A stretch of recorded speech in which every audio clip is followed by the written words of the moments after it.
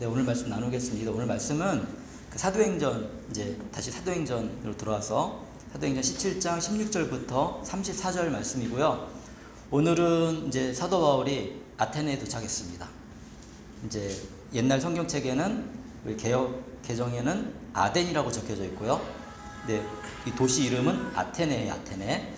그래서 그곳에서 어떻게 복음을 전했는지 이제 살펴볼 건데요. 그 전에 먼저 우리가 지난번에 어떤 내용들 이제 2주가 지났기 때문에 잊어버리실 수 있어요. 그래서 제가 잠깐 설명해 드리면, 지난주에는 우리 예수 영접했기 때문에 이제 내용이 달랐고 좀 긴 예배 시간을 드렸죠.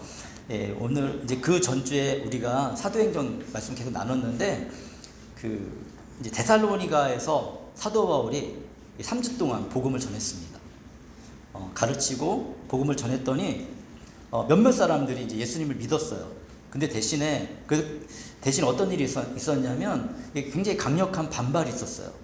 그래가지고 이게 이제 사도 바울을 이렇게 잡아서 때려서 쫓아내려고 사람들이 야손의 집에 갔죠. 야손의 집에 가가지고 습격했더니 사도 바울이 없었어요. 그래가지고 야손을 붙잡아가지고 막 그렇게 힘들게 하고 그랬습니다. 이런 문제가 생기니까 이제 때려서 죽이려고 하니까 빨리 보내야 되잖아요. 그래서 사도 바울을 이제 빨리 가까운 도시 베레아로 보냈어요.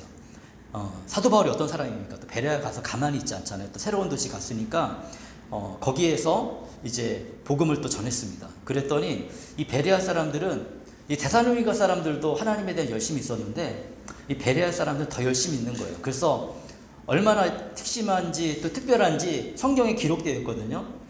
사도 바울이 말한 것이 그런가 해서 성경을 더 깊이 있게 상고했다, 살펴봤다라고 얘기하고 있습니다.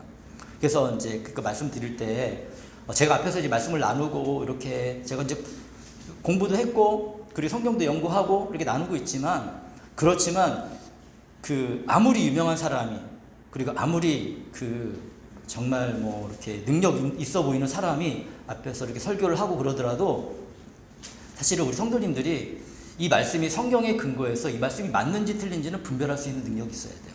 근데 그걸 어떻게 할 수 있느냐? 그거는 성경 말고 다른 방법이 없습니다. 오직 성경만으로 분별할 수 있어요. 그러니까 마치 그 베레아 성도들은 그랬던 거죠. 사도 바울이 복음을 전했어요. 근데 새로운 거잖아요. 그러면 과연 사도 바울이 전한 그 복음이 그러하냐? 성경이 그렇게 기록되어 있느냐? 하면서 살펴보고 연구해 봤더니 그렇다. 그러니까 더욱더 믿음이 더 뜨거워지고 확신을 갖게 되죠. 성경이 그렇기 때문에 중요합니다. 요즘 시대는 성경을 정말 안 읽는 시대인데 우리 생명감교 성도님들은 꼭 성경을 이렇게 묵상하시고 읽고 하셨으면 좋겠습니다. 그래서 많은 사람이 예수님을 믿었습니다. 그런데 이 데살로니가에 있는 사람들이 베레아까지 쫓아온 게 아니겠어요? 그러니까 더 이상 여기 있다가는 사도 바울이 죽게 생겼어요.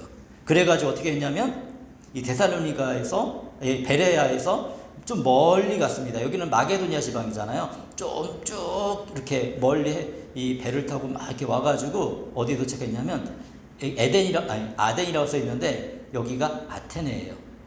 아테네에 도착했습니다. 그래가지고 이제 여기는 지방 이름은 아가야 지방이라고 해요. 아가야 지방. 이런 지명들을 좀 알아놓으셔야, 이렇게 또 많이 들어보셔야 나중에 성경을 볼 때 이해가 돼요. 아, 이게 뭐지? 아가야가 뭐야? 이거 이상한 거 아니야? 이렇게 뭐 아가야라는 그 이상한 이단이 막 그렇게 부르잖아요. 뜻은 알고 부르는지 모르겠어요. 아가야는 그 지방 이름이거든요. 그래서 이제 거기는 이상하게 뭐 해석하고 뭐 이렇게 할 텐데, 그러니까 모르면은 다 이렇게 속는 거예요, 속는 거. 근데 알면은 앞에서 아무리 거짓말해도 그 이상한데 딱 느끼는 거예요. 근데 모르면은 이게 우리가 이렇게 지나가는 얘기지만 너무 이렇게 지도자들을 신뢰하는 거, 제가 말씀 전하는데 저를 신뢰하는 부분이 필요하죠.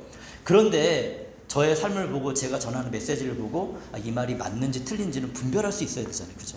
근데 그거 분별 없이 그냥 무작정 쫓아가는 것은 사실 굉장히 위험해요. 이 세상에 있는 모든 사람은 하나님이 아니에요. 그 사람이지. 사람을 실수할 수 있고 잘못된 길로 갈 수 있기 때문에 분별할 수 있는 능력이 있어야 돼요. 그래서 그거 분별할 수 있는 능력은 성경밖에 없다. 네. 다시 한번 강조해서 말씀드렸습니다. 그래서 이제 아테네에 왔습니다. 자, 아테네에서 무슨 일이 일어났는지 이제 말씀을 통해서 보겠습니다. 17장 16절에 보니까 바울은 아테네에서 그들을 기다리는 동안에 아테네에 도착했잖아요. 이게 누구냐면 왜냐면 바울과 디모데와 실라는 남겨놓고 왔거든요. 디모데와 실라를 이제 좀 돌보고 그리고 와라. 이제 디모데와 실라는 이렇게 이제 어떻게 왔는지 모르겠지만 육로로 왔는지 배 타고 왔는지 모르겠지만 좀 나중에 오거든요. 그래서 좀 기다리면서 도시를 살펴봤어요. 온 도시가 어땠어요? 우상으로 가득 차 있는 것을 보고 격분했습니다. 아테네는 현대에는 그리스의 수도예요. 아테네가 그리스라는 나라의 수도고 그리스라는 나라는 지금도 우리가 얘기하는 그리스어를 써요. 성경에서 얘기하는 헬라어가 그리스어예요. 예. 그래서 그리스어를 할 수 있으면 이제 헬라어는 이제 고대 헬라어이긴 하지만 이제 그리스 사람들이 참 부러운 것 같아요. 성경을 원어로 읽을 수 있는 사람들, 그 사람들은 저희는 공부를 해야지 이해를 하는데 그렇습니다. 왜냐하면 그 시대에 지배하는 나라는 로마였지만 그리스가 문화적으로 지배하고 있었어요. 그래서 많은 사람들이 지금 영어 같은 언어가 그리스 언어예요. 그래가지고 신약 성경은 그 시대에 누구나 읽을 수 있는 글로 쓰여졌거든요.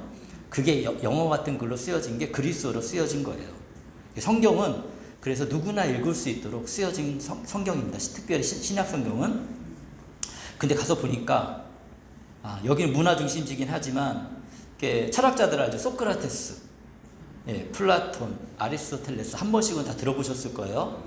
이 사람들의 영광이 깃든 도시입니다. 그러니까 얼마나 철학적으로 토론이 많고 이런 시대였겠어요. 그러면서 또 그리스 로마 신화의 중심지이기도 했어요.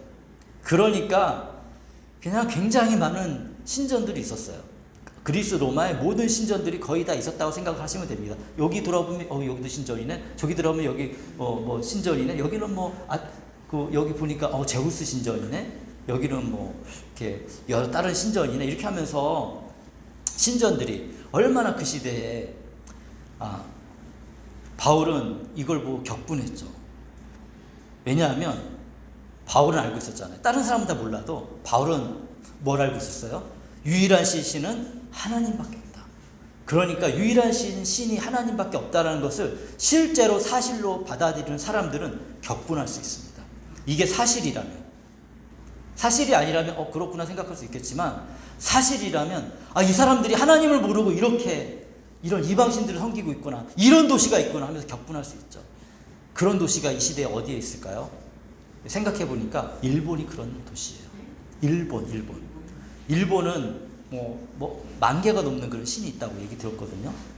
그러니까 이게 다신교의 나라예요. 또 그런 나라가 한 군데 더 있어요. 어딘지 아세요? 인도. 인도의 그 힌두교가 이 다신교예요. 다신교. 여러 신들이 있어요. 신들을 만들어내고. 그러니까 그런 나라는 예수님 전하기가 진짜 힘든 거예요. 왜냐하면 불교 아닌가요? 네, 불교도 있지만 힌두교에서 불교도 나온 거예요. 그래서 뭐냐면 저도 일본에 가서 인도는 안 가봤지만 일본에 가서 전도해봤거든요. 예수님 전하면 예수님 영접해요. 그런데 어떻게 영접하냐면 수많은 신들 중에 하나를 영접하는 거예요. 예수라는 신이 있으면 그 신도 내가 영접해야 되지. 근데 이 신사에 이 신도 내가 영접을 해야지. 그러니까 예수님도 그냥 단순히 하나의 신으로 이런 도시가 바로 아테네였다는 거예요. 그러니까 이 격분한 바울이 어떻게 했을까요? 당연히 바울은 복음을 전했겠죠. 17절에 보니까 그래서 제일 먼저 바울이 전도하는 방법이 있습니다. 아테네가 그렇게 어둡고 우상에 쌓인 도시지만 회당이 있었어요. 유대인들도 많이 있었던 겁니다. 회당에서는 유대 사람들과 그리고 이방 사람들과 예배자들 더불어 토론을 벌였고, 왜냐하면 그 도시는 이렇게 토론하는 도시였어요. 제가 얘기했을 때 허민자 집사님께 질문하고 하셨잖아요. 그러죠. 저희는 이렇게 괜찮습니다. 예배 시간에 그런 것도 저는 좋거든요. 그래야지 말씀이 더 깊이 들어가니까. 그런 것처럼 이렇게 그 분위기가 이런 분위기였습니다. 그렇게 얘기하고 그게 왜 그렇습니까? 질문하면 이건 또 이렇습니다. 이렇게 설명하고 이런 식으로. 그리고 이방인들도 이 회당 안에 우리가 살펴보지만 그 시대에 하나님을 믿고자 하는 이방인들도 분명히 있었어요. 그리고 이들이 그 유대교의 그 회당에도 가까이 있어가지고 이 회당에서 주요 청자는 듣는 사람들은 아니었지만 주변에서 그것을 이제 전하면 그걸 듣기도 하고 이랬던 것 같습니다. 예. 그래서 토론을 벌였고 지역마다 달랐던 것 같아요. 어떤 지역은 굉장히 엄격하게 회당도 관리해서 이방인들이 못 들어오게 하는 이런 지역도 있었던 것 같고, 이렇게 이제 그렇게 개방적인 곳들도 있고, 여기는 도시도 굉장히 개방적인 도시죠. 이렇게. 그리고 그것만 한 게 아니라 광장. 그런데 원어로는 아고라라는 곳이에요. 아고라. 여기가 뭐 하는 데냐면 그 장터예요. 장터. 아고라는 게 장터라는 뜻이에요. 장터. 이렇게. 근데 장터에 옛날에도 그렇지만 어디에 사람이 많이 몰려요? 사람들은 보통 장터에 몰리잖아요. 그죠? 물건을 사야 되니까. 그 자연스럽게 이 도시는 철학이 발달된 도시니까 장터에서 이렇게 당 같은 걸 마련해 놓고 거기서 자기가 하고 싶은 말을 이렇게 외치고 사람들과 대화를 하게 했어요. 물건도 사러 오고 사람하고 대화도 나누고. 그러니까 사도 바울이 딱 가서 보니까 그런 곳이 있으니까 회당에서만 하지 않고 변화가 된 게 뭐냐? 장터에 가가지고 사람들이 모인 곳에서 가가지고 내가 새로운 것들을 얘기하겠습니다 하면서 토론했겠죠. 그곳에서 이렇게 이제 토론을 하면서 그 예수님에 대해서 전했습니다. 그래서 소크라테스의 도시였기 때문에 소크라테스의 방법으로 복음을 전한 것입니다. 이제 이런 거를 뭐라고 하냐면 상황화라고 해요. 상황화. 이제 좀 어려운 말인데 상황 알잖아요. 상황에 맞춰서 그들이 알아들을 수 있는 언어로 얘기를 한다. 이제 우리 이제 원계수 지사님도 중국에서 좀 살아보셨고 또 이제 몽골도 가시는데 이렇게 가장 먼저 선교지 가서 중요한 게 뭐냐면 그 사람들을 이해하는 게 가장 중요합니다. 정말로. 이해를 하고 그 사람들이 어떠한 삶을 살고 있고 어떤 생각을 가지고 있고 어떤 방식으로 예배를 드리고 있는지, 이 사람들 하나님을 어떻게 인식하고 있는지, 그들의 정말 오래 있는 선교사들은 그들의 언어 뭐 예를 들어 중국어로 하나님을 샹디 그러는데 이런 단어가 어디서부터 왔는지 이런 것들도 이해를 해야 나중에 그들이 어떤 질문을 하고 도울 때 도울 수 있고, 그리고 그들이 알아들을 수 있는 언어로 복음을 전할 수 있겠죠. 사도 바울은 복음을 많이 전해봤기 때문에 제가 이해가 돼요. 저도 막 부족하지만 저도 이제 20살 때부터 20살 때부터죠. 그때부터 전도를 시작했거든요. 그래서 지금까지 지금 만으로 나이 따지잖아요. 그러면 50세인데 그럼 거의 30년 정도 이렇게 할 때도 있고 안 할 때도 있었겠지만 꾸준히 전도를 해봤는데, 그러다 보니까 전도를 하면서 느끼는 게 있어요. 전도할 때는 그 사람이 알아들을 수 있는 언어로 해야 되는 거구나. 그래서 한국 사람도 마찬가지예요. 그분의 문화를 다 생각하고 이분이 경험한 것들을 생각하면서 복음을 전해야 되지, 그냥 내가 알고 있는 방식으로 내 방식으로 딱 전하는 그런 필요도 있긴 합니다. 어떤 사람들에게는 우리가 사람들이 어떻게 준비되는지 모르기 때문에.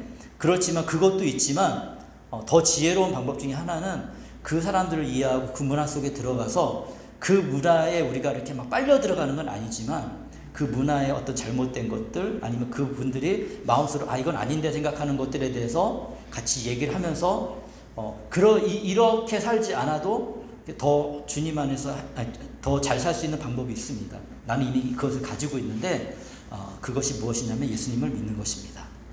하나님이 다 주신 선물이에요. 우리 선물인 거 알잖아요. 그죠? 이 정도는 알아야 돼요. 지난주에 얘기한 것처럼 선물이기 때문에 받아들이기만 하면 돼요. 그리고 예수님은 적극적으로 문을 두드리시는 분이니까 마음의 문만 열면 들어오세요.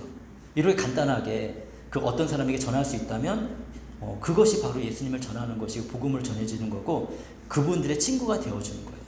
그러면서 사실 이 시대는 하나님에 대해서 신에 대해서 많이 알고 있는 시대이기 때문에 또 신이 없다고 생각하지 않고 신은 존재하는데 그 어떤 신이 참신이냐 이걸 따지는 시대였기 때문에 사도 바울은 훨씬 어쩌면은 환경은 어려웠지만 복음을 전할 때는 훨씬 많은 열매를 거둘 수 있는 환경이었습니다. 왜냐하면 신에 대해서 얘기할 수 있는 시대잖아요. 지금은 어때요? 지금부터 한 200년, 300년 지나오면서 신이 사람들이 너무 똑똑해지다 보니까 신이 없다고 하는 시대잖아요. 그러니까 더 어렵거든요. 그러니까 사람은 힘들고 어려워야 신을 찾아요. 지금 시대는 그렇습니다. 그러니까 한 명이 예수님께 돌아오는 게 얼마나 어려워요.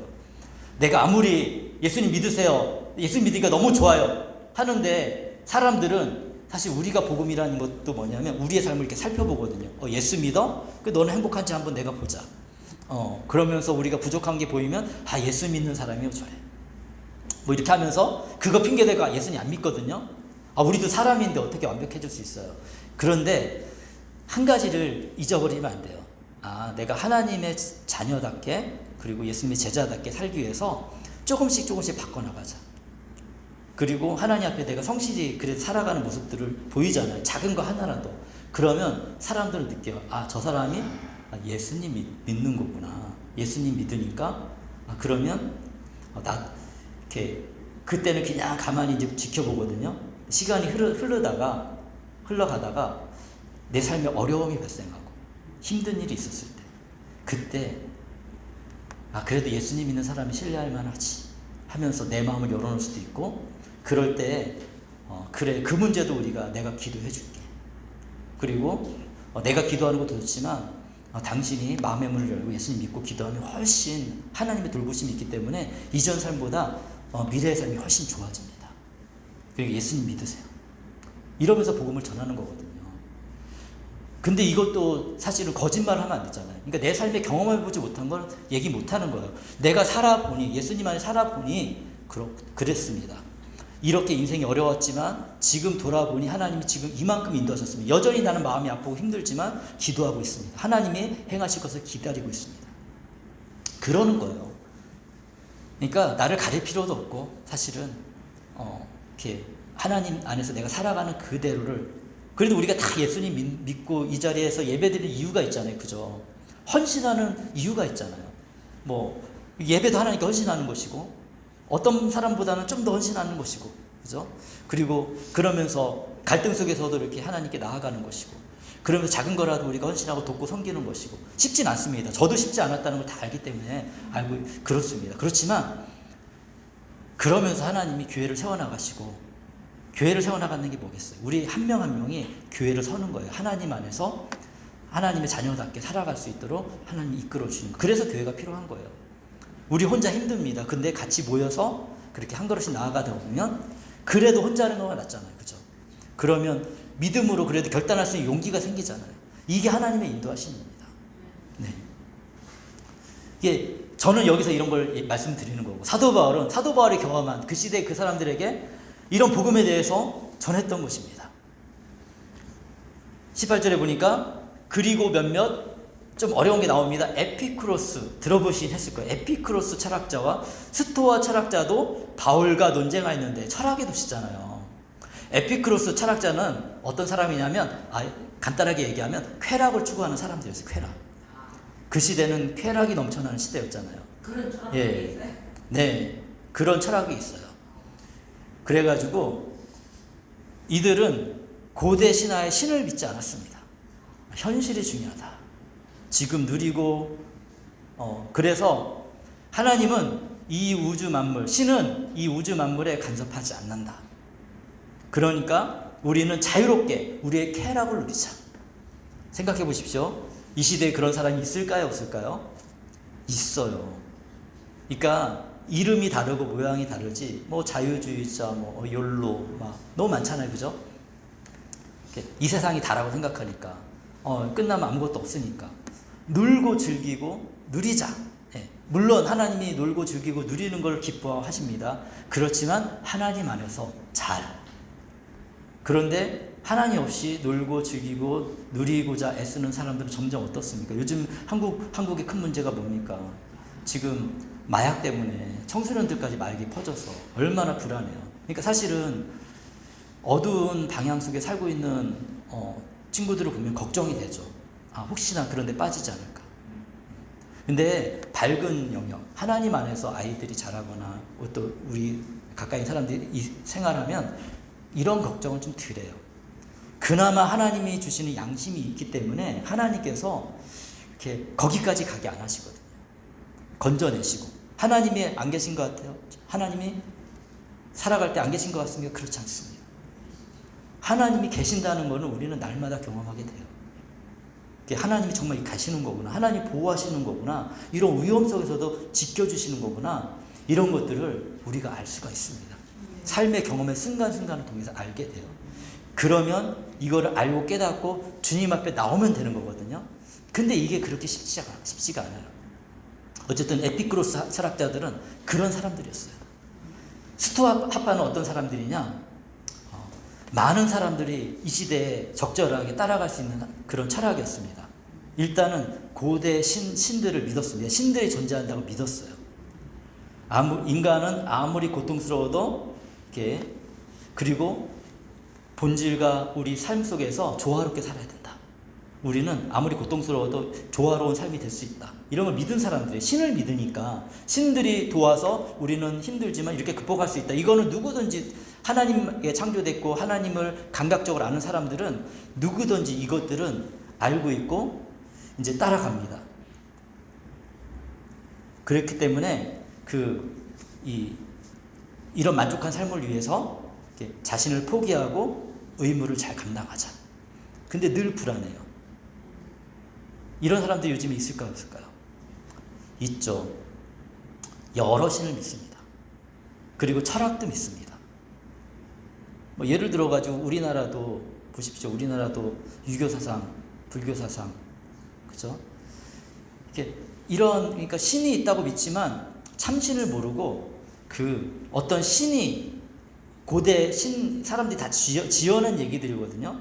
그런데 그런 것들을 믿고 이렇게 할 거니까 그 신에 가서 농사가 안 되고 이 신에 가서 이렇게 제사를 지내고 내가 지금 결혼을 안 하고 외로워. 그럼 이 신에 가서 사랑의 신 에로스한테 가서 이렇게 제사를 드리고 그러면은 나에게 그런 일들이 일어날 거라는 믿음을 갖고 좀 자기 절제도 하고 살아갑니다. 그렇지만 진짜 신이 아니기 때문에 줄 수도 없고 만족스럽지도 않고, 다행히 하나님은 그 사람 기도를 들어주시는 분이기 때문에 어떤 사람이 정말 간절히 바라고 너무 불쌍할 때는 하나님 몰라도 들어주실 때도 있어요, 정말로. 그러니까 응답도 있고 어떤 사람에게 그런 이렇게 열매도 있어요. 근데 그게 구원시켜주지는 못하는 거죠. 그냥 하나님이 불쌍히 여겨주는 거죠. 근데 어쩌면 또 그런 응답이 또 좋은 게 아닐 수도 있습니다. 왜냐하면 하나님과 멀어질 수도 있으니까, 그 신이 줬다고 생각하니까 사실 하나님께서 주신 것인데, 지금이 참 지금과 다르지 않다. 이 시대와 지금과 다르지 않다라는 생각을 많이 하게 됩니다. 우리도 이런 시대에 놓여 있습니다. 우리는 어떻게 복음을 전해야 될까요? 19, 20절에 보니까 그들은 바울을 붙들어 토론하기 좋으니까 아레오바고 법정으로 데리고 와서, 여기 모자랄 것 같아. 더 중요한 이들을 어디로 데려가요? 법정으로 데려갑니다. 근데 법정에 데려가서 심판해가지고 이 사람 어떻게 하려는 게 아니라, 야, 너가 말하는 것이 우리가 여기 이 선생들 다 모여서 한번 들어보자. 네가 말하는 게 맞나 틀리나 한번 따져보자. 이런 법정이었습니다. 그래 데리고 가서 얘기합니다. 당신이 말하는 이 새로운 교훈이, 이 사람들은 늘 새로운 걸 좋아하거든요. 무엇인지 우리가 알 수 있겠소? 당신은 우리 귀에 생소한 것을 소개하고 있는데 도대체 그것이 무엇인지 알고 싶소? 이렇게 얘기한 것입니다. 청문회 같은 거예요. 그래서 들어보자. 네 말이 무엇인지 우리가 판단을 우리가 할게. 이런 거죠. 바울에게 기회가 주어졌습니다. 17절 21절에 보니까 모든 아테네 사람들과 거기에 살고 있는 외국 사람들은 무엇이나 새로운 것을 말하고 듣는 일로만 세월을 보내는 사람들이었다. 부유한 도시였거든요. 먹을 것이 넘쳐나고, 그리고 마음이 평안해지면 사람들이 무슨 일을 합니까? 사람들은 그러니까 지적인 것을 탐구합니다. 공부도 하고 철학도 하고. 그래서 그 시대가 로마가 지배했기 때문에 이 그리스 문화가 꽃피울 수 있었던 거예요. 정말 먹고 살기 힘든 데는 이런 거 할 여유가 없어요. 오늘 내일 먹고 살기. 그러니까 우리가 그걸 알아야 돼요. 우리가 만나고 있는 이분이 오늘 내일 먹고 살 것 때문에 걱정하시는 분이라면 그분의 그 삶에 정말 필요한 것들을 먼저 채워주는 게 교회가 할 일이에요. 그래서 예를 들어서 제 중국 아이들도 보면, 중국 아이들을 저희가 어떻게 섬깁니까? 이 아이들 오면 여기에서 이제 중국 음식 해줍니다. 우리가 좀 불편하지만 이제 중국 아이들 오면 중국 음식 할 거거든요. 그것도 참 사랑이에요. 먹어주는 것도 사랑이고, 또 한 가지라도 아이들 이렇게 해주는 것도 사랑이고, 일주일 동안 정말 친구 없이 지내거든요. 그래서 제가 도와줄 수 있는 건 한국어를 가르쳐주면 얘네들한테 정말 급한 불이거든요. 한국어를 할 수 있어야 한국에도 적응할 수 있고 살아갈 수가 있는데 이거 못하니까 제 그 마음을 하는 겁니다. 예수님 믿든 안 믿든 도와주고 싶다.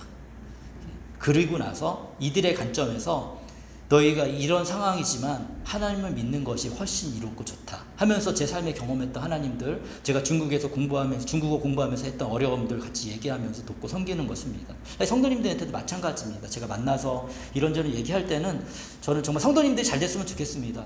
그래서 헌민인자 집사님의 그런 어려움도 빨리 극복됐으면 좋겠고, 회복됐으면 좋겠고, 또 임동주 성도님의 꿈도 이뤘으면 좋겠고, 그리고 또 요즘에 차 구하시는데 아직 못 구하셨죠, 그죠? 좋은 차도 구했으면 좋겠고, 네. 그리고 또 우리 원계석 집사님도 선교에 대한 마인드 있으시니까 이렇게 선교에 대한 꿈을 키워나가시고, 정말 하나님께서 이루어 가시는 것들을 노년에 정말 이제 자녀도 뭐 거의 다 컸으니까 이제 그 자녀가 잘 크는 거, 그리고 어머님 편안하게 지내시다가 천국 가시는 거, 뭐 더 있겠어요. 그렇게 됐으면 좋겠는데 할 수 있는 것들을 같이 함께 하는 거죠. 하다 보면 이 안에서 그래서 우리 교회가 그 안에서 행복을 누릴 수 있고 할 수가 있습니다. 그러면서 믿음이 성장해 나가는 겁니다. 근데 이 사람들은 이제 놀고 먹고 그런 사람들이니까 필요한 거는 토론해서 새로운 지식을 알려주는 게 이 사람들 좋은 거잖아요. 그렇죠? 이 사람들한테 그러니까 바로 복음 전하는 거 아주 좋은 겁니다. 그래서 전하는 거죠. 22, 23절에 보니까 바울이 아레오바고 법정 가운데 서서 이렇게 말하였습니다. 이제 바울의 전하는 복음을 들어봐요. 아테네 시민 여러분, 이제 설교를 합니다. 선포하는 거죠. 토론합니다. 내가 보기에 여러분은 모든 면에서 종교심이 많습니다. 그죠? 사실이잖아요. 곳곳마다 다 우상 섬기고 있으니까 종교심이 많다는 것을 먼저 칭찬을 해줍니다. 내가 다니면서, 근데 바울은 자세하게 살피는 사람이었어요. 제가 이렇게 선교지 가면 자세히 살피라고 얘기하는 게, 사실 지금 저도 그런 생각해보면 아직도 청주를 잘 몰라요. 청주를 정말 자세히 살필 필요가 있습니다. 그래야지 청주에 예수님 안 믿고 있는 사람들은 뭐에 관심이 많은지, 그 사람들에게는 어떻게 복음을 전할 수 있을지 고민하고 또 찾을 수 있잖아요. 이 중국 아이들에 대해서, 유학생에 대해서는 자세히 살펴봤는데 이 청주 시민에 대해서는 아직 많이 부족한 것 같습니다. 그래서 바울은 살펴봤어요. 내가 보기에 여러분은 모든 면에서 종교심이 많습니다. 내가 다니면서 여러분이 예배하는 대상들을 살펴보는 가운데 알지 못하는 신에게라고 새긴 제단도 보았습니다. 왜냐하면 많은 신들이 있잖아요. 그리스 로마 시대에는 신들이 많아요. 근데 신들이 막 삐지기도 하거든요. 삐지면 그 신화를 보면 막 사람들을 괴롭혀요. 신들이, 그러니까 우리 하나님 같지가 않아요. 자기 기분 나쁘면 하나님 막 사람들도 괴롭히고 막 사람하고 사실 똑같아요. 신이니까 능력이 좀 더 있다. 뭐 죽지 않는다. 근데 거기는 또 신도 죽기도 하더라고요. 막 이런 일들이 막 이렇게 사람 세계랑 막 비슷한데, 그러니까 그런 신을 믿는 것보다는 하나님 믿는 게 훨씬 좋죠. 성경 읽어보십시오. 하나님이 어떤 신입니까? 예수님이 어떤 분이세요? 정말 신뢰할 만하잖아요. 근데 사람은 이상하게 이런 예수님 안 믿고 그런 신들을 믿는다니까요. 그렇게 뭐 삐지고 이런 신들을 믿어요. 그러니까 걱정되는 거예요. 혹시 알지 못하는 신이 있으면 자기들 괴롭힐까봐 그걸 대비해서 알지 못하는 신이라는 재단도 만들어 놓은 거예요. 사도 바울이 그걸 보고 나서, 그러므로 나는 여러분이 알지 못하고 예배하는 그 대상을 여러분에게 알려드리겠습니다. 여러분이 정말 알지 못하는 신이 있습니다. 얼마나 지혜롭고 그들이 알아들을 만한 방법으로 복음을 전합니까? 쉽지 않은 도시인데 그렇게 복음을 전하고 있습니다. 24절에 보니까 우주와 그 안에 있는 모든 것을 창조하신 하나님 설명합니다. 하나님께서는, 사도 바울이 얘기하고 있습니다. 하나님 어떤 분이신지. 하나님은 모든 것을 창조하신 분이시에요. 하늘과 땅의 주님이십니다. 사람의 손으로 지은 신전에 거하지 않으십니다. 그렇잖아요. 하나님이 어디 신전에 거하십니까? 아니잖아요. 하나님이 그 온 하늘과 땅, 온 우주의 주인이신데, 그리고 우리 모두에게 거하실 수 있는 분이신데 굳이 신전 만들어서 그곳에 거하는 곳이 아닙니다. 그래서 우리 교회에 대한 개념도 잘 아셔야 되는데, 교회는 예배드리는 곳을 얘기합니다. 그러니까 교회당. 그러니까 왜냐하면 우리가 그렇게 착각을 해요. 물론 교회당의 십자가를 보면서 주님을 생각하고 주님께 기도하는 건 좋은 일입니다. 그런데 그곳에만 주님이 계신다고 믿는 거는 잘못된 믿음이에요. 그 십자가에 주님이 마치 앉아 계시고 십자가를 바라봐야 주님께 가까이 나아간다 생각하는 것도 잘못된 것입니다. 교회는 우리라고 그랬잖아요. 그죠? 교회 자체는 우리 안에 주님이, 왜 우리가 교회냐? 주님이 거하는 곳이 교회이기 때문에. 그리고 주님이 모인 모임이 생명강 교회라는 건 이 건물을 얘기하는 게 아니에요. 생명강 교회라는 것은 우리가 모임을 얘기하는 거예요. 그래서 우리가 어느 곳에 모이든지 그곳이 교회가 되는 것입니다. 그래서 어느 곳에든지 예배 드릴 수 있고, 근데 좀 더 안정적이고 좋은 장소에서 예배 드리면 좋죠. 그래서 우리가 얘기하는 교회 당에 와서 기도하면 기도도 더 잘 되고, 환경도 또 기도하는 곳이니까, 이렇게 많은 분들이 기도하는 곳이니까 더 좋은 곳이죠. 그런데 그렇다고 해서 하나님은 그 교회 당 안에만 계시냐? 그렇지 않죠. 모든 만물 가운데, 우주 가운데 계신 분이 하나님이라는 것을 기억해야 돼요. 이거 모르실 수 있거든요. 그러다 보면 교회 당이 더 거룩한 것 같고 내 집은 거룩하지 않은 것 같고. 아니에요. 우리 집도 내가 하나님을 경외하고 기도하면 거룩한 곳이 되는 것이고요. 우리 집도 그렇게 그냥 그렇지 않고 그냥 뭐 이렇게 막 지내면 거룩한 곳은 아닌 것이죠. 그래서 그것들을 이렇게 기억하시면서 우리 집이 거룩한 곳이 될 수 있게 해야 돼요.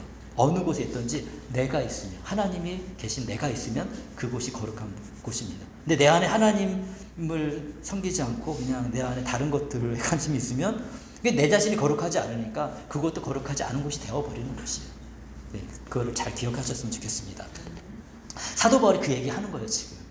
네, 그래서 제가 길게 설명해 드렸습니다. 25절에 또 하나님께서는 무슨 부족한 것이라도 있어서 사람의 손으로 섬김을 받는 것이 아닙니다. 하나님이 뭐 우리의 섬김을 받을 필요가 있겠어요? 하나님이 부족한 것이 있겠습니까? 하나님이 사실은 우리 없어도 하실 수 있어요. 근데 감사한 건 참여시켜 주세요. 하나님이 유학생들을 저 아니면 뭐 이렇게 돕지 않을, 저 아니면 안 되겠습니까? 사실 제가 안 해도 하나님 하실 수 있어요. 다른 교회를 통해서 하실 수 있어요. 근데 감사한 거는 또 우리의 역할을 하게 하시고 참여하게 하신다는 거죠. 그래서 선교에도 참여하게 하시고 비전도 주시고 기회도 주시고, 그럼 가서 또 즐겁게 하면서 하는 것입니다. 그런데 거기서 나 아니면 안 돼, 이건 또 우리가 좀 고민해 봐야 될 문제예요. 그래서 우리에게 부족한 것이 있어서 사람의 손으로 섬김을 받는 것이 아닙니다. 사실 이 시대에는 이렇게 가가지고 이렇게 재단에 가서 제사 드리고 섬겼잖아요. 근데 하나님은 사실은 그런 분이 아니라는 거예요. 그분은 모든 사람에게 생명과 호흡과 모든 것을 주시는 분이십니다. 아멘. 우리의 생명과 지금 호흡하는 것들, 모든 것들을 하나님이 주신 거예요. 우리가 돈을 가지고 뭐 음식을 사서 먹지만 그것도 하나님이 태양을 주시지 않고 비를 주시지 않고 자라게 하지 않으시면 우리가 그걸 어떻게 먹겠어요? 그러니까 하나님께 감사 기도를 하는 겁니다. 식사할 때, 감사 기도 하실 때, 저는 요즘에 식사할 때, 감사 기도할 때 그냥 주기도문 한 번 더 기도합니다.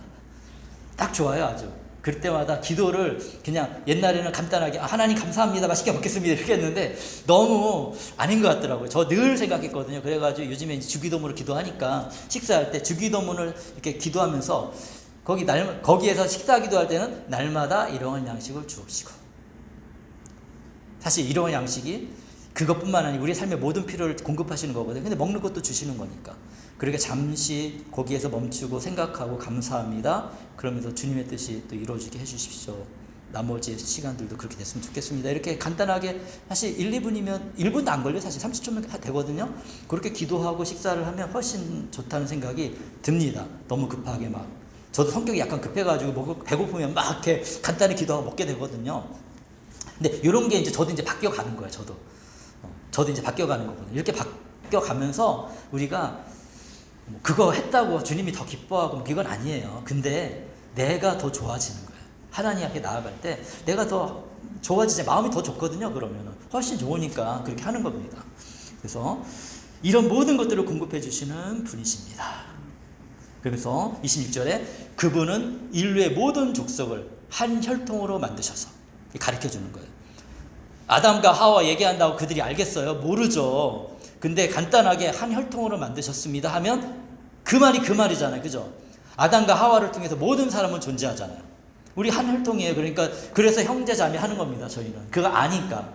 그래서 형제님 자매님 이렇게 교회에서 칭하는 거는 우리가 아니까. 예수님 믿으면 다 형제 자매가 되는 거예요. 그것 때문에 형제 자매라고 합니다. 한 혈통인 거죠. 온 땅에서 살게 하셨으며 살게 하셨죠. 그들이 살 시기와 거주할 지역의 경계를 정해 놓으셨습니다. 우리가 어느 곳에 살고 어느 시대에 어느 곳에 사는 것들도 대한민국 땅에 우리가 이렇게 살아가는 것들도, 그리고 바다와 땅의 경계를 만드신 것들도 다 하나님이 하셨어요. 창세기 잠깐 나눴지만 말씀드렸잖아요. 나누신 분이 누구예요? 하나님이시잖아요. 물과 땅을 나누시고 그리고 그곳에 생명을 창조하신 분이 하나님이세요. 모든 나라의 경계를 정하시고. 그래서 이스라엘 민족도 나중에 구약 얘기 잠깐 하면 가나안 땅 들어갔을 때 하나님께서 또 각 지파마다 땅을 나누어 주세요.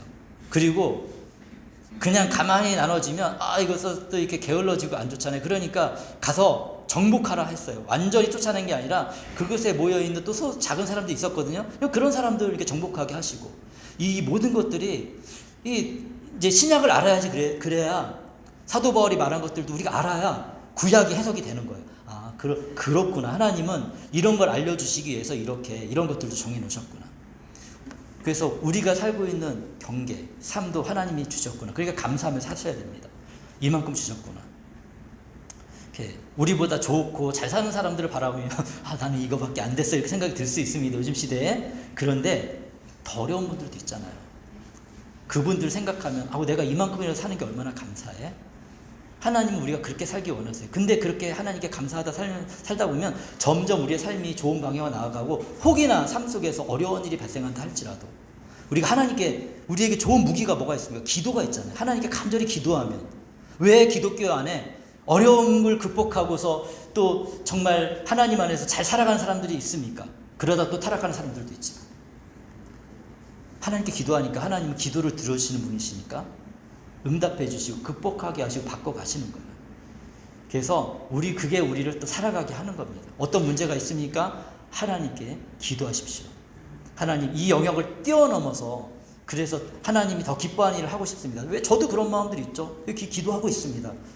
하나님이 어떻게 인도하실지 정말 내일 일을 모르기 때문에 기도하는 겁니다. 27절에 이렇게 하신 것, 하나님 그렇게 하신 것은 사람으로 하여금 하나님을 찾게 하시려는 것입니다. 어려움이 없거나 또 힘듦이 없으면 안 찾아요. 근데 어떤 사람은 막 하늘을 연구하다가, 우주를 연구하다가, 저 같은 사람도 사실 그랬거든요. 대학교 1학년 때 믿음이 연약했단 말입니다. 그러니까 저는 또 공학도니까 뭔가 좀 맞아 떨어져야지 제가 믿거든요. 근데 수업 중에 이제 공부를 하는데 미적분이라는 걸 공부해요. 근데 저는 이제 제곱 계측이라는 공부를 이제 했는데, 뭐냐면 무슨 일을 하냐면, 모든 물건은, 이 컴퓨터도 여기 앞에 있지만 영원히 쓸 수 없거든요.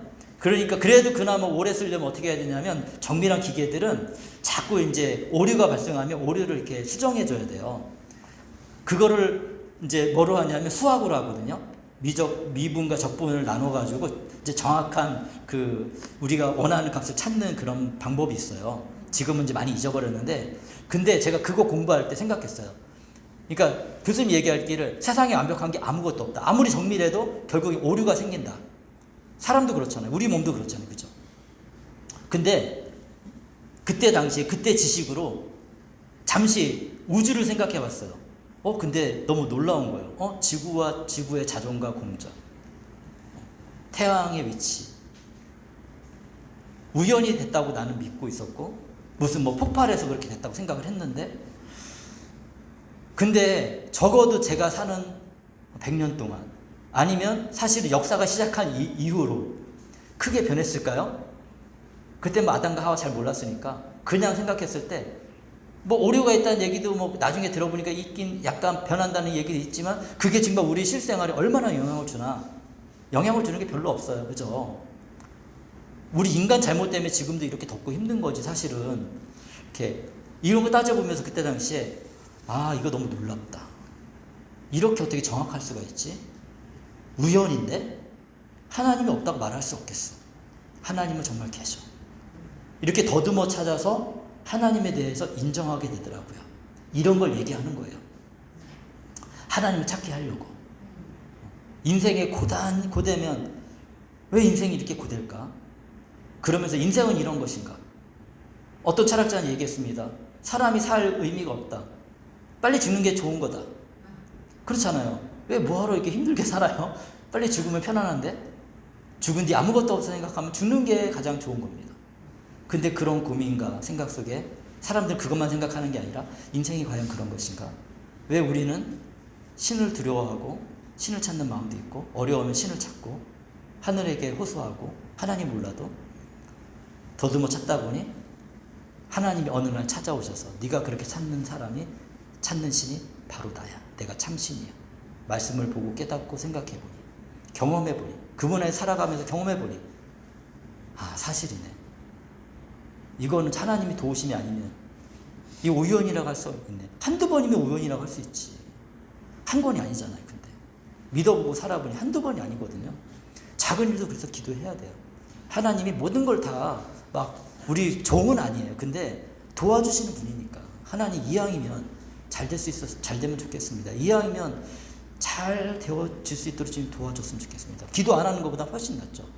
하면 하나님은 들으시는 분이시니까 알아서 해주시지만 들으면 더 잘해주시는 분이 하나님이시니까 그런 분이라고 성경에 쓰여있고 보여지니까 그러니까 그런데 그러면서 더듬어 찾아가면 하나님이 그걸 기뻐하시는 거예요. 네가 이제 드디어 나를 알았구나.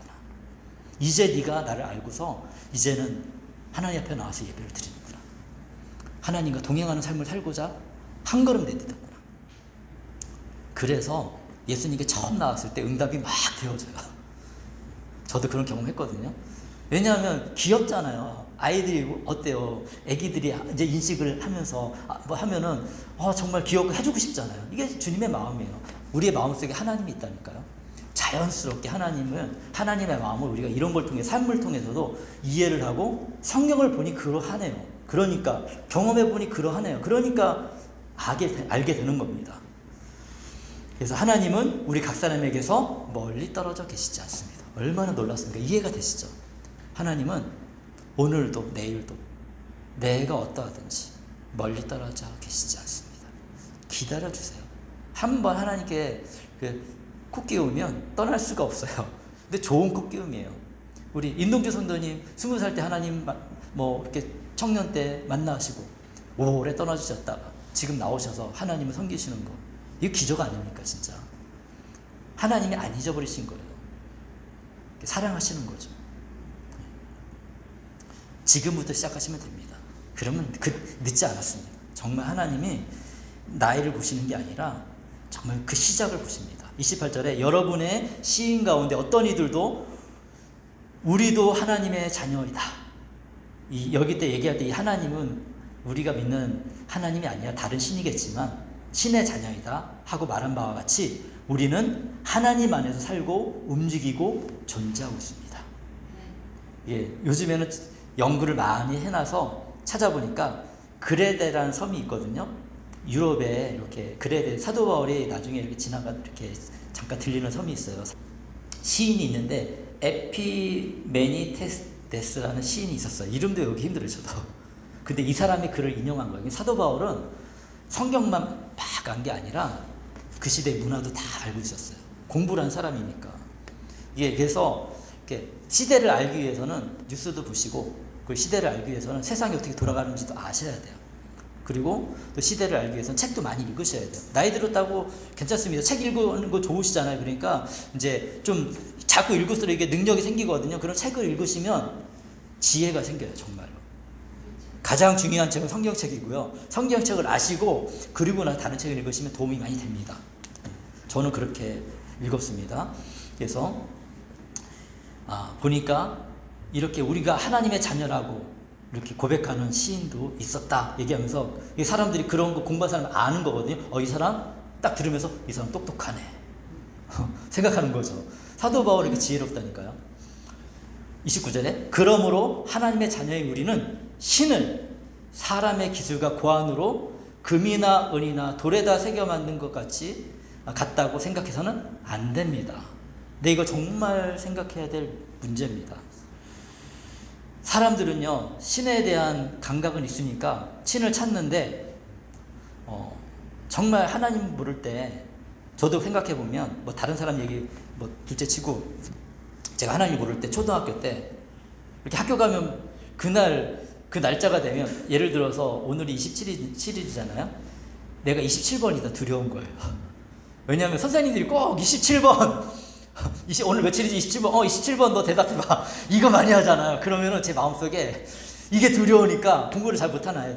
이게 싫어서 진짜 싫었어요. 그러니까 하나님도 모르는데 신이 있다면 오늘 안 시키게 해주십시오. 이걸 반복을 하루 종일. 근데 어느 날은 진짜 안 시켜. 그러면 신이 내 말을 들었나? 왜 이 얘기를 하려고 하냐면 우리 마음에는 어렵고 힘든 게 있으면 어린애도 신을 찾는 마음이 있다는 거예요. 그러니까 그런데 하나님을 모르니까 저는 그 뭔도 모르는 신을 찾은 거고, 어떤 사람은 금이나 은으로 물건을 만들어서 인도 가면 진짜 많거든요. 일본 가면 진짜 많거든요. 이상한 모양 만들어서 그걸 섬기고, 이제 중국에 이제 시아몬이라는 도시가 아니까 거기는 큰 산이 있어요. 큰 바위가 있는데 거기에 부처님도 없어. 그냥 불교의 불자 있잖아요. 크게 써놔. 사람들이 그 글자 앞에서 돌멩이 앞에서 절을 하고, 믿어서 하는 것도 아니에요. 사실은 믿는 사람들이 뭐 가서 하는 게 아니라, 그런데 가면 의뢰 그렇게 하면 복이 올 거다 생각을 하는 거예요. 안 하는 것보다 낫다 생각하는 거죠. 근데 진짜 복이 거기서 오는 거냐, 모르니까 그렇게 하는 거예요. 한국도 그런 문화가 굉장히 많은 나라예요. 유교 문화가 있었고, 이거 이제 좀 있으면 추석 되잖아요. 그죠? 추석 되면 우리가 제사 지내죠. 그죠? 근데 나중에 제가 추석 되면 제가 다시 한번 거기에다가 제가 예전에 기록해 놓은 걸 다시 한번 기록해 줄게요. 그 뭐냐면, 목회 칼럼에 예전에 썼기 때문에 사실 들어가서 저희 사이트에 들어가서 보시면 볼 수가 있는데, 제사가 사실 우리나라 게 아니에요, 원래는. 그런데 이제 지금은 고정이 됐죠. 그 제사가 사실 일반 사람들이 하던 건 아니었어요. 근데 고정이 됐죠. 근데 모르거든요. 그리고 하는 목적이 뭐예요? 사실은 하늘의 제사를 지냈어요, 원래는. 사실 하나님께 드린 거죠. 그 하나님이 우리가 믿는 하나님 아니었지만 하늘에 드렸던 겁니다. 그런데 이게 이제 이게 불교랑 섞이고 도교랑 섞여가지고 이제 우리에게 한국 전통 문화가 됐습니다. 예. 그런데 왜 드립니까? 전통 문화 지키려고 합니까? 그런 사람들은 그나마 좀 나은 것 같아요. 근데 제가 경험했던 건 뭐냐면, 많은 분들이 적어도 저의 가족들은 어떤 생각을 했냐면, 조상신 묘를 잘 써야 된다. 우리가 안 되는 이유는 조상신 묘를 잘못 써서 그렇다. 터가 좋아야 된다. 그리고 정성껏 제사를 해야 된다. 거기서 맞아요 하면 안 됩니다. 예, 그렇죠. 그랬다는 게 맞다는 거죠. 그게 맞아요는 아니에요. 지금은 아니죠. 이젠 알기 때문에. 그래서 제사를 드렸고, 저도 그런 마음이 제 안에 있었기 때문에 상을 차려놓고 예배를 드렸어요. 지금은 이제 완전히 저는 이제 그런 거 안 하고 예배를 드리고, 도리어 예배 시간 예배는 하나님께 드리는 거거든요. 그런데 그 예배 시간에 이미 저희 아버지 돌아가셨거든요. 어제도 이제 그 벌초하러 갔다 왔거든요. 그게 너무 지저분해가지고 잘라줘야 돼서, 그것도 이제 지저분해서 잘라주러 가는 거예요. 거기 이제 그런 전통 문화 이걸 가서 거기서 이제 추석 때 가서 또 이렇게 이렇게 하기 위해서 미리 가는 게 아니라, 이제 지저분하기도 하니고, 이제 또 아버지를 존중하는 마음에서, 아버지가 그래도 아버지 시신이 이제 묻힌 곳이니까 아버지의 좀 깔끔하게 해주면 좋잖아요. 이런 의미에서 가거든요. 가서 이제 하고 동생이랑 같이 하고 왔는데, 이제 이렇게 하면서 제가, 그러니까 근데 그거가 아니라 복받기 위해서 그렇게 하신 분이 굉장히 많아요. 이래야지 조상이 우리 복을 준다. 우리 자식들이 잘 된다. 그걸 믿고 살아간단 말입니다. 그렇게 믿는 분들은 또 그게 사실이라고 생각이 들기 때문에 사실 어쩔 수 없다는 생각이 듭니다. 어쩔 수 없는 거예요. 제가 얘기한다고 바뀌는 건 아니니까. 그냥 그러면서 한국의 전통 문화가 거기에 존중합니다. 저도 한국의 전통 문화를 존중합니다. 그렇다고 해서 그런 마음을 갖고 있는 분들이 하지 말라 이렇게 얘기도 하지 않아요. 사실은 알죠. 근데 크리스찬들 안 했으면 좋겠고, 안 해야 되죠, 사실은. 이제 바뀌는 거죠. 근데 훨씬 화목합니다. 예배드리고, 하나님께 예배드리고, 그리고 훨씬 더 부모님 기억합니다. 살아계신 어머니께 감사하고, 그리고 돌아가신 아버님께 감사하고, 힘든 삶을 살면서 우리가 이렇게 살아갈 수 있도록 감사하고, 그리고 가족들이 또 우리가 살아온 삶도 같이 얘기하고, 맛있는 음식도 먹고, 그리고 제사 음식 차리는 게 아니라 우리가 좋아하는 음식, 맛있는 거, 먹고 싶은 거 먹고, 그게 화목하잖아요. 이렇게 막 부모님 원망하고 너 때문이다, 너 때문이다, 제사를 잘 드려야지, 네가 이렇게 해서 우리가 집안이 안 된다, 이렇게 살아가는 사람들이 얼마나 많아요. 만약에 우리 가족 가운데 그런 사람이 있다면 제사 드리러 가십시오. 근데 가서 이렇게 이제 용기를 내서 내가 크리스찬이라는 걸 밝히시고 절을 안 하셨으면 좋겠고, 그렇지만 주시는 음식인데 얘기했잖아요. 음식이 뭐 문제가 있습니까? 만약에 그 중에서 한 분이 너 예수님인데 이거 먹어? 그럼 안 되지. 그러면 드시지 마세요. 그런데 뭐 아무 말 하고 우리 가족 같이 모였는데 먹어야지. 그럼 같이 먹어도 아무 문제 없습니다. 드셔도 됩니다. 드시고 그리고 교제하세요. 난 예수님 믿으니까 이렇게 그랬는데 이렇게 예수님 믿고 나서 내 삶이 이렇게 변했어. 일부러 아니고 진짜로 일부러 또 그렇게 막 굳이 얘기할 필요도 없어요. 그냥 그 설거지 하시고 섬겨주시고 우리 섬기는 거니까 가족하고 즐겁게 지내시고 그렇게 오시면 돼요. 그러면 됩니다. 이거 잘 모르시거든요. 그러니까 갈등하세요. 이렇게. 근데 이제 용기를 내셔야죠. 절을 안 하는 건 용기가 필요합니다. 저도 용기가 필요했어요. 왜냐하면 평생 그렇게 살아왔는데 그렇게 안 하면 굉장히 죄 짓는 것 같거든요. 그게 우리 마음속에 잘 바뀌지 않아요. 근데 그것도 용기를 내서 이제 바꿔가시면, 그래서 한 가정이 예수님 믿는 게 중요하긴 해요. 저도 가장이잖아요. 집안의 가장입니다. 제가 바뀌니까 저희 집안은 다 따라오는 거죠. 존중해지고 또 저의 삶을 알고 저를 아니까 존중해서 같이 그렇게 하는 거예요. 이제 우리 명절이 가까이 왔으니까 생각나서 이렇게 얘기합니다. 근데 여전히 많은 사람들은 이렇게 이런 태도를 가지고 사도 바울이 말한 것처럼 살아가고 있습니다. 무지하면 그런 거예요. 모르면. 30절에 바로 얘기해요. 하나님께서는 무지했던 시대에는 눈 감아 주셨지만, 우리가 모를 때는 눈 감아 주세요. 얘기하고 있잖아요. 이제는 어디에서나 모든 사람에게 회개하라고 명령하십니다. 회개는 해야 돼요. 자, 회개한다는 것은 돌이킨다는 뜻을 가지고 있어요. 그래서 이거는 이제 재고백에 포함되는 건데, 죄에 대해서 이것도 뭐 하나님이 기뻐하지 않는 거니까 죄라고 해서 다 뭐 심한 죄도 있고 약한 죄도 있는데, 하나님이 기뻐하지 않는 거에 대해서 그냥 인정하는 거예요. 하나님, 아이고 제가 참 쉽지가 않습니다. 사람 관계 속에서 이렇게 하기가 용기를 못 내서 또 부득불 또 저를 했네요. 죄송합니다. 근데 이거 하나님 기뻐하지 않는 거, 정말 하나님이 싫어한다는 거 제가 알고 있습니다. 인정하는 거예요. 주님, 그런데 너무 감사한 건 그럼에도 불구하고 주님의 십자가는 저를 용서하십니다. 주님 감사합니다. 하나님, 제가 다음 모임 때는 제가 절을 하지 않는 용기를 갖겠습니다. 회개하는 거죠. 과거에는 제가 이랬지만 이제는 그렇게 하지 않겠습니다. 회개하는 거예요. 하나님 다 용서해 주세요. 그리고 우리가 이미 했잖아요. 우리는 얼마나 자유롭습니까? 너무 감사하죠? 예수님을 믿었기 때문에 우리는 심판을 피하고 천국에 들어갈 수 있어요. 사탄이 이 사람 어떻게 우리 허민자 지사님 맨날 이렇게 괴롭힘 당하고 그런 사람인데 천국에 들어보내면 안 되죠? 사탄이 얘기하면 뭐라고 대답하겠어요? 나 예수님 믿었는데요? 영접했는데요? 그래? 그거밖에. 그러면 들어가야지. 이거예요. 그러면서 우리가 이 땅에서 예수님 말씀대로 살면 행복해졌지 불행해지지 않아요. 그래서 바뀌는, 그래서 천국을 경험하는 겁니다. 그렇게 해서 바꿔나가는 겁니다.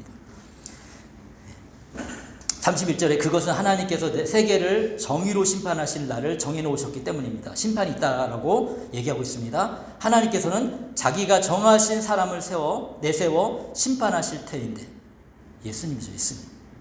그를 죽은 사람들 가운데 살리심으로 모든 사람에게 확신을 주셨습니다.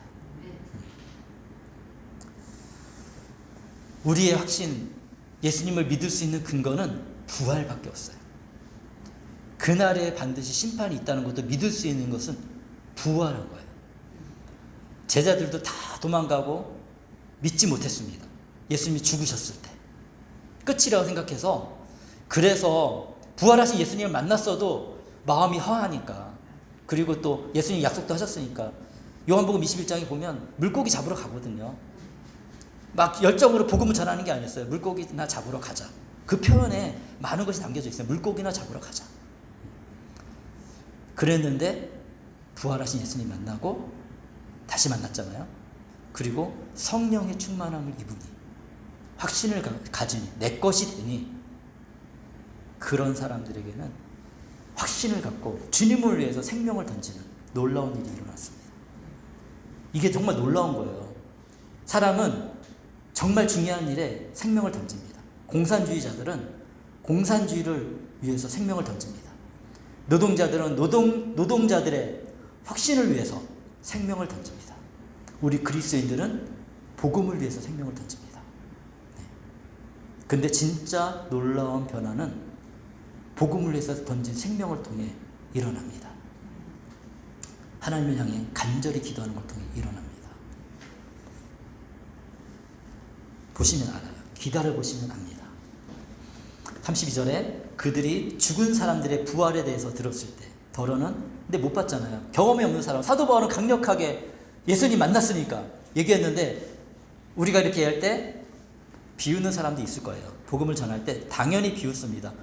죽은 사람이 천국이 어딨어. 우리 삶이 잘 살아야, 이 땅에서 사는 게 중요하지. 너 지금 사는 꼬라지를 봐.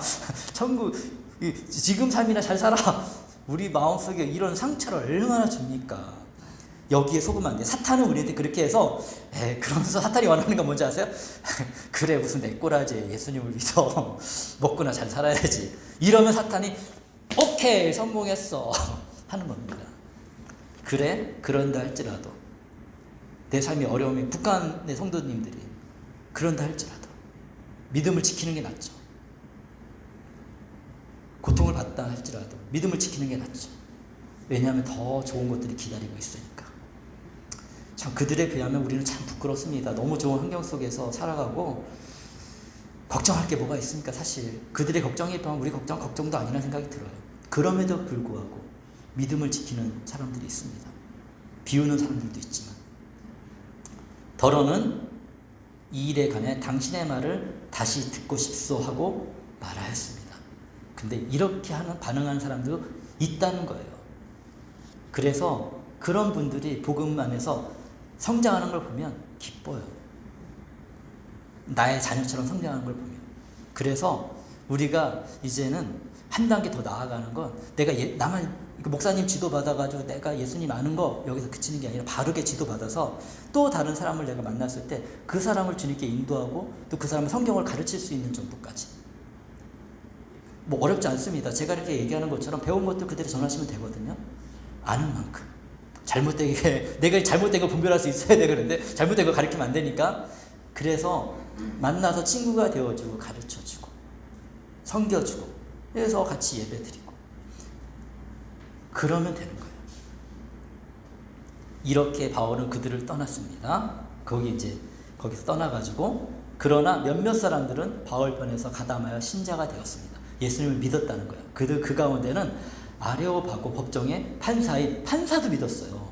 놀랍잖아요. 몇 명 안 믿었거든요. 근데 판사가 믿었어요. 디오누시오도 있었고 다말이라는 부인도 있었고, 귀족이었던 것 같아요. 그 밖에 아무나 이런 데 못 오거든요. 그 밖에 다른 사람들도 있었다. 어떤 사람도 얘기합니다. 아테네스의 전도가 열매가 조금 적으니까 실패했다. 실패하지 않았습니다. 그 지역에 맞게 복음을 전했고, 그 지역에서도 분명하게 한두 명 예수님 믿으면 실패한 건가요? 아니에요. 사람들이 너무 양적인 것에 꼽혀 있어가지고 그것만이 성공이라고 생각하는 게, 그게 문제인 거예요. 우리 교회 정말 작지만 이 1년 조금 넘은 교회에서 3명이 예수님을 영접했어요. 예수님 안 믿어 제 동네도 지금 나오기 시작했잖아요. 그죠? 이제 곧 세례도 받을 거거든요. 이 새로운 친구들도 세례 받길 원해요. 이게 기적이죠. 그러면 되는 겁니다. 이렇게 한 명, 두 명 예수님을 바르게 믿고 살아가는 게 중요하지, 사람이 많이 모여서 근데 예수님도 모르고 그냥 주일에만 왔다 갔다 하는 삶을 살면 사실은 그거보다 하나님 슬퍼하시는 일이 없어요. 교회가 교회다워져야 됩니다. 저는 우리 생명강교회가 교회다워졌으면 좋겠고, 그러기 위해서 한 걸음씩 나아갔으면 좋겠습니다. 네, 오늘 말씀 여기까지 전하고요. 네, 우리 오늘 아테네가 우상의 도시였는데, 사도 바울이 그곳에 가서 상황화, 그 지역을 잘 살피고 복음을 전하는 모습을 보았습니다. 그리고 이러한 사랑과 섬김과 그들을 이해하고 복음을 전하는 것이 이 시대의 교회에 필요합니다. 우리 생명강교회 필요하고 생명강교회인 우리 한 명 한 명에게 필요합니다. 그래서 우리가 할 수 있는 것들 가지고 이제 중학생도 오는데 섬겼으면 좋겠어요. 예수님 믿는 친구는 그만큼 더 우리가 더 잘생겼으면 좋겠고, 안 믿는 친구는 불쌍히 여기면서 인내해줬으면 좋겠고. 참 불편하실 수도 있어요. 어떤 친구들은 막 와가지고 여기 예배 왔다가 저기 밖에서 담배도 피고 막 그러거든요. 그런 일 하세요. 예. 아직은 주님이 더 필요하고 시간이 필요한 친구구나. 예. 뭐 예전에 제가 할 때는 막 술 취해서 온 친구들도 있었습니다. 예전에. 예. 인정해야죠. 예, 예. 그 기도해주고, 예. 섬겨주고, 밤늦게 막 쫓아가서 이렇게 도와주고. 근데 기뻐요. 예. 그런 친구들. 예. 바뀌어지는 겁니다. 우리 삶이 바뀌어지는 거예요. 그거는 시간이 필요한 거지. 누구나, 뭐 저도 옛날에 화냈어요. 막 짜증내고 막 물건 던지고 예수님 믿어도 그랬던 사람이 제가. 그런데 바뀌었잖아요. 시간이 필요하다는 거예요. 이제 시작인데 서로 참아주고 기다리고 기도해주고 이해해주고 그러는 거죠. 우리 삶이 그런 겁니다. 그런 생명교회가 됐으면 좋겠습니다. 하나님, 이 청주에 있는 우리 중국 학생들, 또 많은 외국 유학생들, 외국인들, 또 탈북자들, 또 하나님 정말 도와야 될 사람들이 너무 많습니다. 또 청주에 예수님 모르는 사람도 너무 많이 있습니다. 주님 도와주시고 인도해 주시고 우리를 통해 열매를 맺어갈 수 있도록 도와주십시오. 이 시간에 우리가 잠깐 같이 기도하시면서 이렇게 나아가도록 하겠습니다. 있어서 주님 감사합니다. 찬양합니다. 주님 감사드립니다. 살아계신 하나님, 주님을 찬양합니다. 하나님, 정말 저희를 생명강교회로 모아주시고 아버지 하나님, 저희 생명강교회를 통해서 아버지 하나님 복음이 흘러가게 하시니 주님 감사합니다. 여전히 부족하지만 그러나 정말 하나님 아버지, 청주에 있는 유학생들에게, 그리고 또 하나님이 필요한 많은 사람들에게, 아버지 또 탈북자들과 많은 분들에게 하나님의 사랑이 전달되어지는 저희 교회가 되었으면 좋겠습니다. 주님, 선교지를 또 섬기고 있습니다. 특별히 우리 몽골에 우리 정말 원계석 집사님 선교를 나가시는데 아버지 하나님, 이 선교를 통해서 아버지 하나님 정말 선교 지역에 있는 많은 선교사님들이 위로를 받고 뿐만 아니라 잃어버린 영혼들이 주님께 돌아오는 일들을 목도하고 또 도울 수 있는 것도 도우며 아버지 하나님 안에서 좋은 열매가 맺어지는 귀한 선교 여행이 되어줄 수 있도록 주님께서 축복하여 주시옵소서. 허민아 집사님과 임동주 선도님 이제 신앙을 시작하면서 하나님을 닮아가고 있습니다. 아버지 정말 주님을 더 닮아갈 수 있는 삶이 되어줄 수 있도록 주께서 축복하여 주시옵소서. 하나님, 우리 생명강교회를 통해 이루어갈 것들을 기대합니다. 아버지 하나님, 마치 아테네와 같은 상황이 청주 지역과 같지만 그렇지만 하나님 아버지, 우리 생명강교회를 통해서 복음이 흘러가게 하시고 정말 아버지 하나님, 주님의 좋은 열매들이 맺어지는 그런 아버지 하나님 지역이 되어질 수 있도록 주께서 축복하여 주시옵소서. 감사합니다. 예수 그리스도의 이름으로 기도합니다. 아멘. 이제는 우리 주 예수 그리스도의 은혜와 하나님의 사랑과 성령님의 함께 하심이 복음을 들고 믿음으로 한 걸음씩 나아가는 우리 믿음의 성도님들 안에 지금부터 영원까지 함께 있을지어다. 아멘.